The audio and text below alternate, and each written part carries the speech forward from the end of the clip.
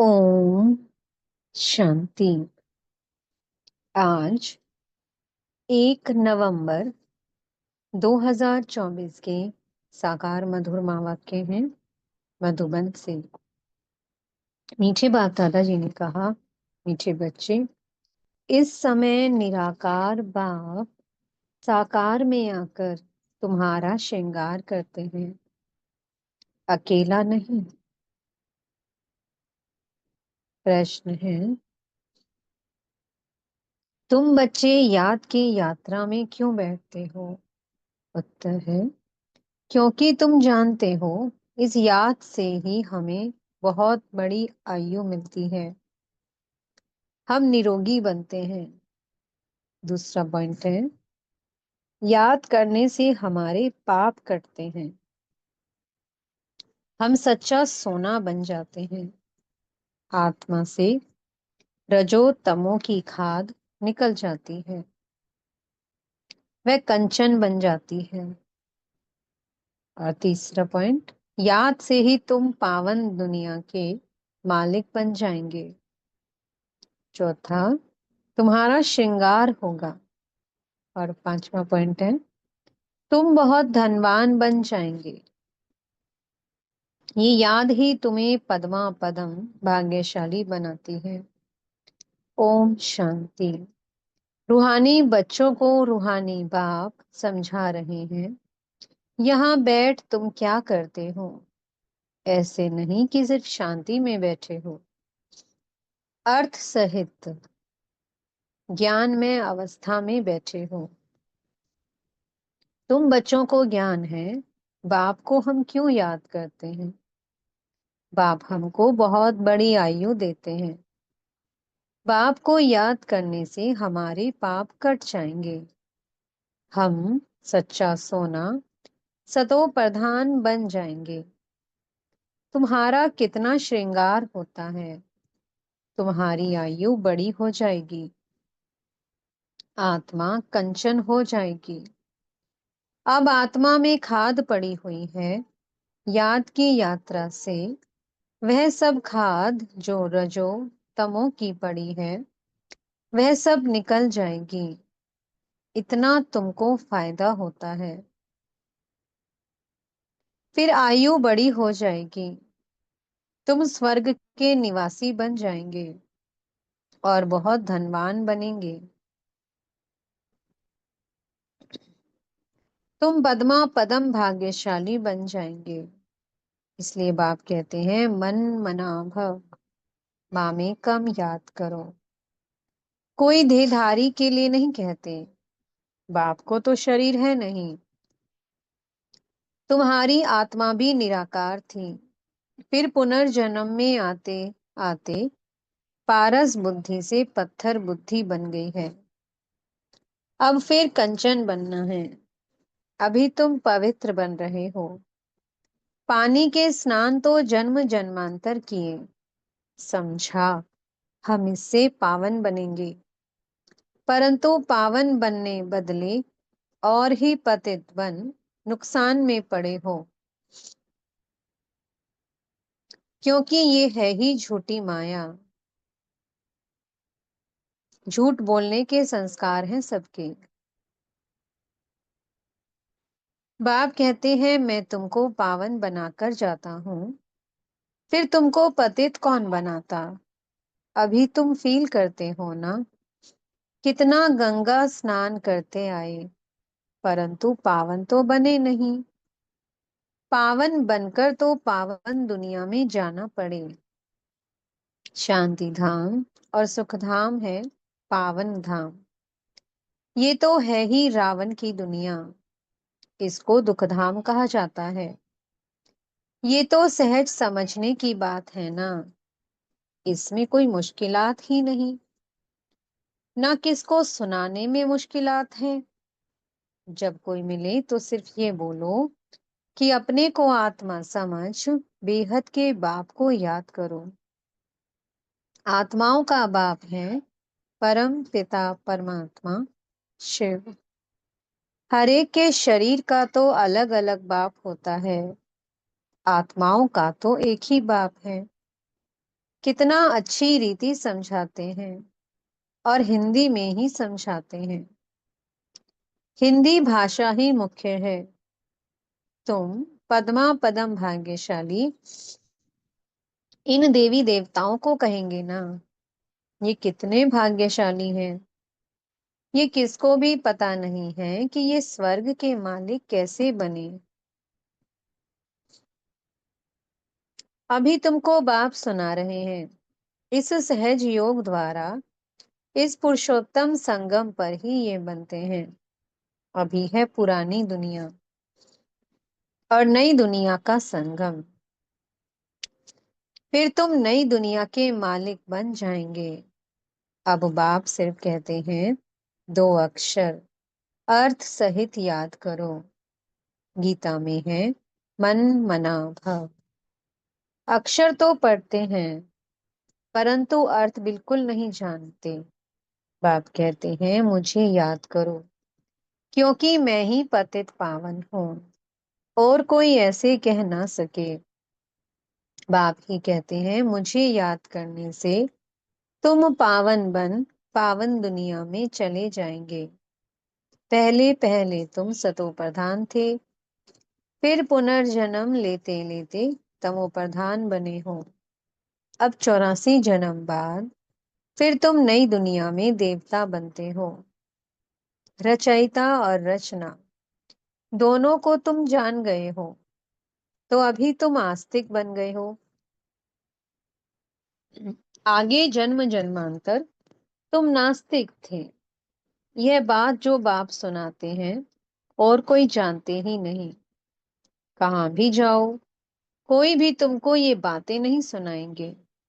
अभी दोनों ही बाप तुम्हारा श्रृंगार कर रहे हैं। पहले तो बाप अकेला था, शरीर बिगर था, ऊपर बैठ तुम्हारा श्रृंगार कर ना सके। कहते हैं ना, बत भारा, एक और दो मिलकर 12 होते हैं। बाकी प्रेरणा व शक्ति आदि की बात नहीं, ऊपर से प्रेरणा द्वारा मिल ना सके। निराकार जब साकार शरीर का आधार लेते हैं, तब तुम्हारा श्रृंगार करते हैं। समझते भी हैं कि बाबा हमको सुखधाम में ले जाते हैं। ड्रामा के प्लान अनुसार बाबा बंधाए मान हैं, उनको ड्यूटी मिली हुई है। हर 5000 वर्ष बाद आते हैं, तुम बच्चों के लिए। इस योग बल से तुम कितने कंचन बनते हो। आत्मा और काया दोनों कंचन बनती हैं, फिर छीछी बनते हो।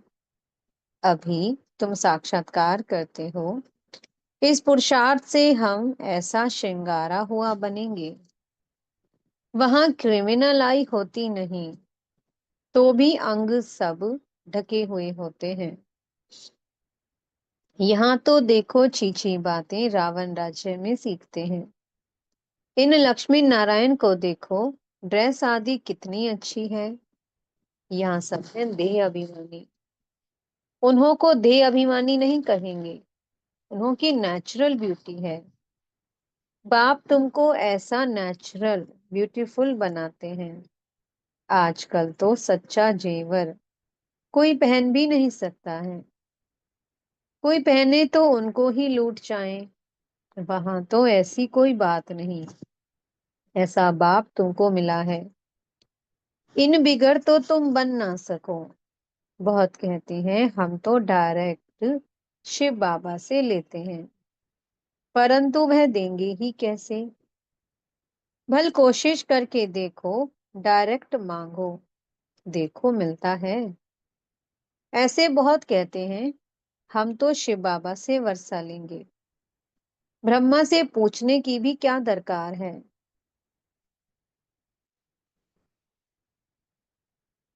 शिव बाबा प्रेरणा से कुछ दे देंगे। अच्छे अच्छे पुराने बच्चे, उनको भी माया ऐसे चक पहन लेती है, यानी कि काट लेती है माया उन्हें। एक को मानते हैं, परंतु एक क्या करेंगे। बाप कहते हैं, मैं एक कैसे आऊं, मुख बिगर बात कैसे कर सकूं। मुख का तो गायन है ना। गौ मुख से अमृत लेने के लिए कितना धक्का खाते हैं, फिर श्रीनाथ द्वारे पर जाकर दर्शन करते हैं। परंतु उनका दर्शन करने से क्या होगा? उसको कहा जाता है भूत पूजा। बुत पूजा। उनमें आत्मा तो है नहीं।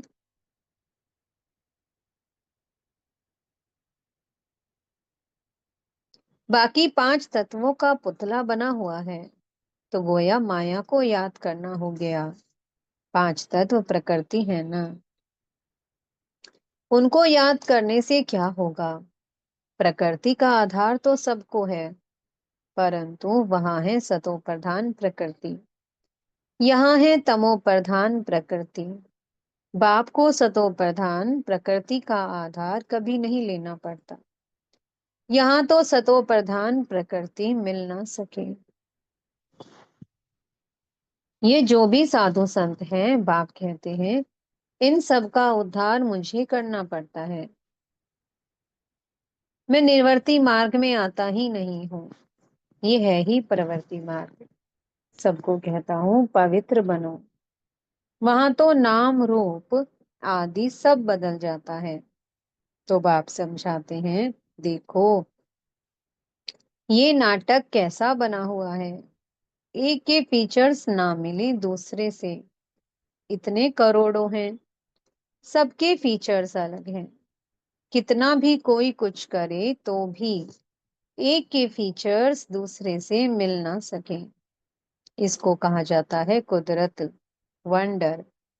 स्वर्ग को वंडर कहा जाता है ना। कितना शोभनिक है। माया के सात वंडर, बाप का एक वंडर। वह सात वंडर्स तराजू के एक तरफ रखो, ये एक वंडर दूसरी तरफ में रखो तो भी ये भारी हो जाएगा।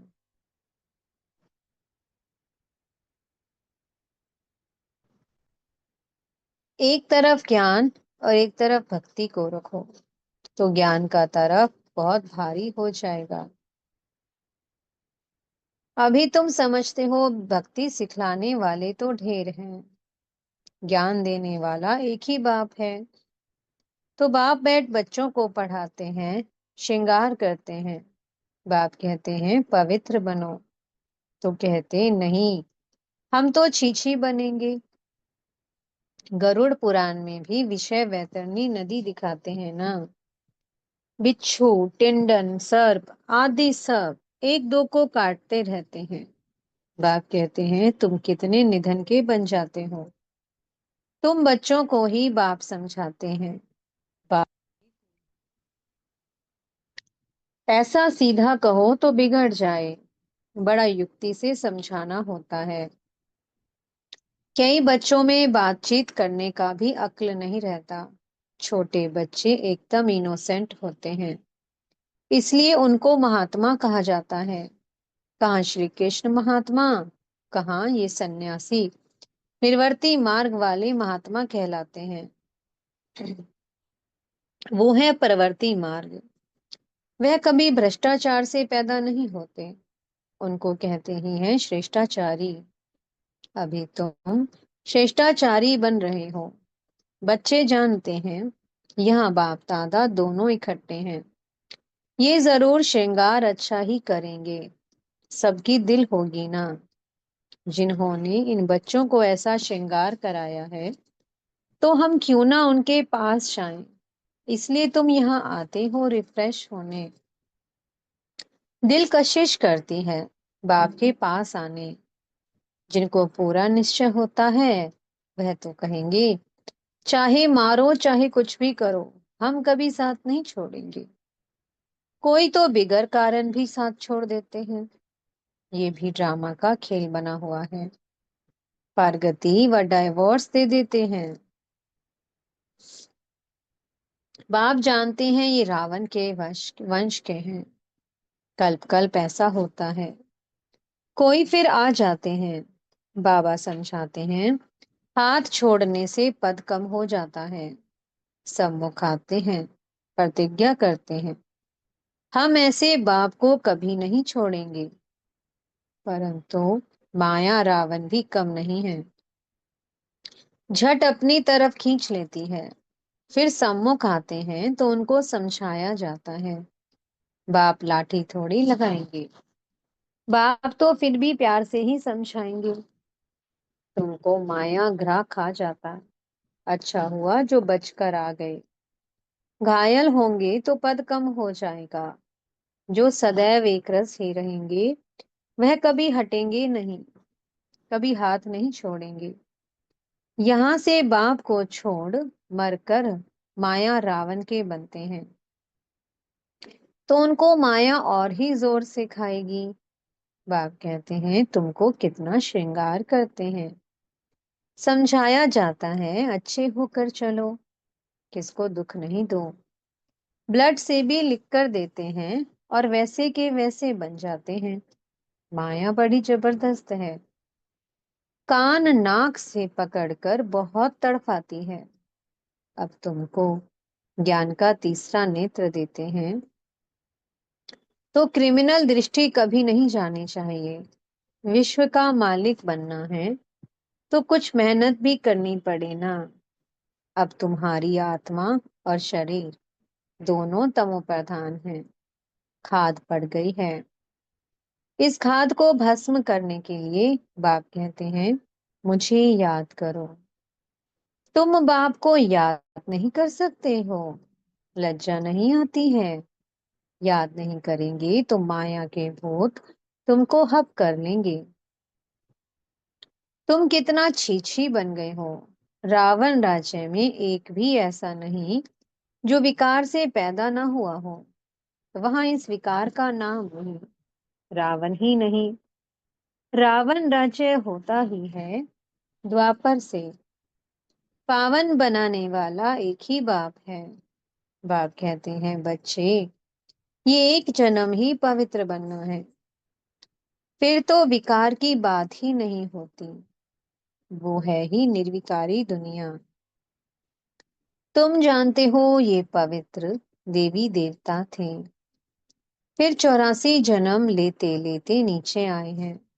अब है पतित, तब पुकारते हैं शिव बाबा, हमको इस पतित दुनिया से छुड़ाओ। अभी जब बाप आए हैं तब तुमको समझ पड़ी है कि ये पतित काम है, आगे नहीं समझते थे,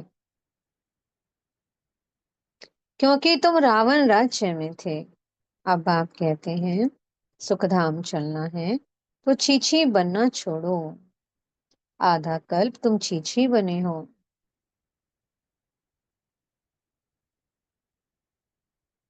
सिर पर पापों का बहुत बोझा है और तुमने गाली भी बहुत दी है। बाप को गाली देने से बहुत पाप चढ़ जाते हैं, ये भी ड्रामा में पार्ट है। तुम्हारी आत्मा को भी 84 का पार्ट मिला हुआ है, वह बजाना ही है।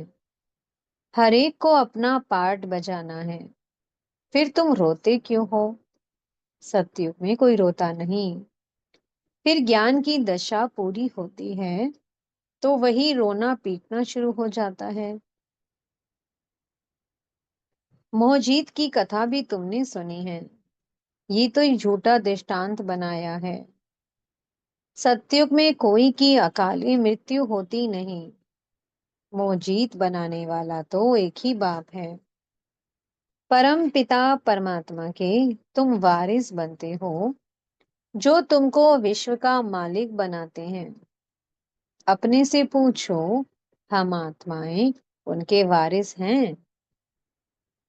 बाकी जिस्मानी पढ़ाई में क्या रखा है? आजकल तो पतित मनुष्यों की शक्ल भी नहीं देखनी चाहिए, ना बच्चों को दिखानी चाहिए। बुद्धि में हमेशा समझो हम संगम युग पर हैं, एक बाप को ही याद करते हैं और सबको देखते हुए नहीं देखते हैं। हम नई दुनिया को ही देखते हैं।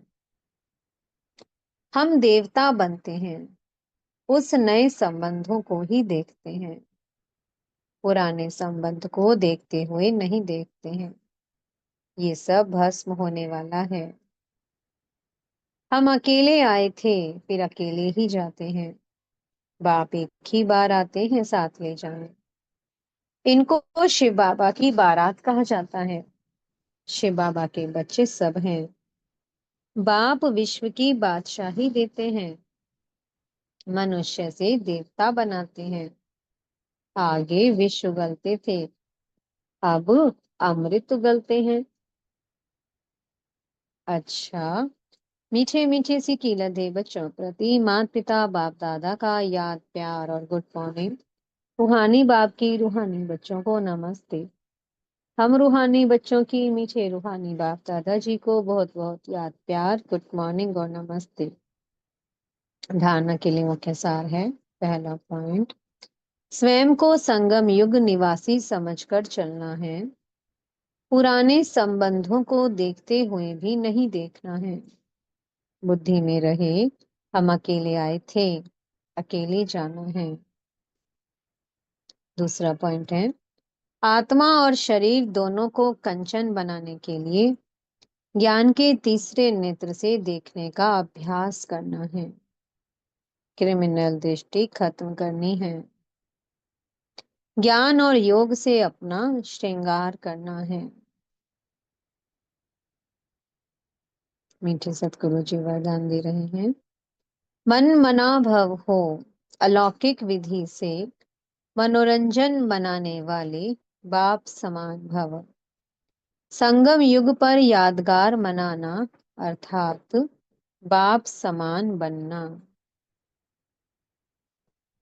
ये संगम युग के सुहेज हैं। खूब मनाओ। लेकिन बाप से मिलन मनाते हुए मनाओ। सिर्फ मनोरंजन के रूप में नहीं, लेकिन मन मना भव हो मनोरंजन मनाओ। अलौकिक विधि से अलौकिकता का मनोरंजन अविनाशी हो जाता है। संगम युगी दीपमाला की विधि पुराना खाता खत्म करना। हर संकल्प हर घड़ी नया अर्थात अलौकिक हो। पुराने संकल्प संस्कार स्वभाव चाल चलन ये रावण का कर्जा है। इसे एक दृढ़ संकल्प से समाप्त करो। स्लोगन है, बातों को देखने की बजाय स्वयं को और बाप को देखो। ओम शांति। बहुत बहुत शुक्रिया प्यारे प्यारे हमारे मीठे मीठे बाप दादा जी का। ओम शांति।